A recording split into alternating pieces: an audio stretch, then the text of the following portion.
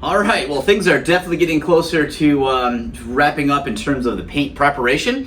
As you can see, I have the fuselage and the canopy here. The canopy has already been masked off, so we're ready to go there. Now I have the fuselage. The bottom of it's already been painted white, but now I'm going to go ahead and paint the dark blue on the top. And the reason why I'm going to do the dark blue on the top and the white on the bottom is the first two steps of my three-step process is so that I only have to mask for the light blue. So when I get done doing the dark blue and the white, white's already done, I will run a mask along the top, and I'll run a mask along the nose here, and then I'll paint the intermediate blue. And when I do that, that way I can peel the masking tape off once and have both the upper and lower surfaces done together. There is a little bit of masking tape just along the front edge here because that's where the white paint is, and I don't want to get any dark blue overspray on that. So it's just lightly stuck on there, and I use that frog tape.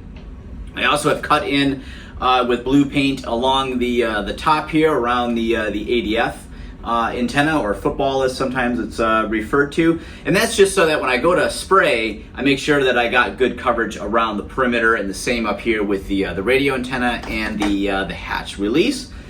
Just makes things a little bit easier when I go ahead and spray that I got good coverage, because trying to get like underneath this surface here and in and around here, you don't want to kind of really work the spray can all around that area. You rather just paint some of that in advance, and then when you spray, the overspray will kind of make that all blend together.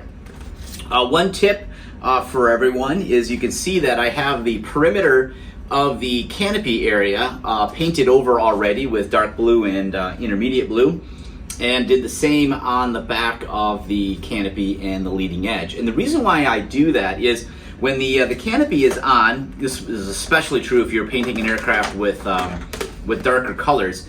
If you have any of the white bare foam around that perimeter with a dark blue, you'll see it. So anytime you're painting an aircraft with dark colors, it helps if you paint that perimeter, the fuselage color, in advance.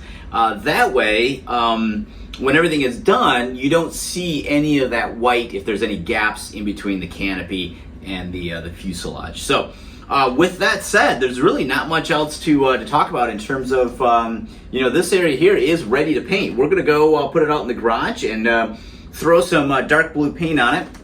You see I got a little bit of masking tape back here. That's to make sure I don't get any paint on the control horns and everything for the elevator and rudder.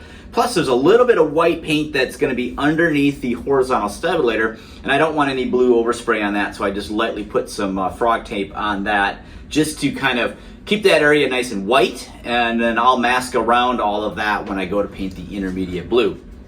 If you notice, I did not paint or did not mask off the black painted on windows on the fuselage, and that's because I had Kelly actually make me some decals to put over those areas, so I can go ahead and just paint over them. Don't worry about masking them, and I'll put a nice decal on over it, and that will look even better than me trying to hand paint those windows back on again. Even though the round windows aren't too bad, trying to get some of these other windows hand painted could be a little bit of a challenge, and they're a little difficult to mask in the sense that if you put masking tape on it and ran your X-Acto knife on it, you'd actually end up cutting the foam as well. So I decided, you know what, let's do a decal over those instead. Just mask off the windows that are clear, decals for the painted on windows. But at this point, I'm ready to take this thing out in the garage and throw some dark blue on it. And then after that paint has cured, I'll come back and actually work on that kind of wavy pattern that will go around the top of the fuselage, the bottom of the fuselage, and then I'm going to put on the intermediate blue. And then at that point, when all that mask is taken off, it will really look like the SNB that I'm trying to do.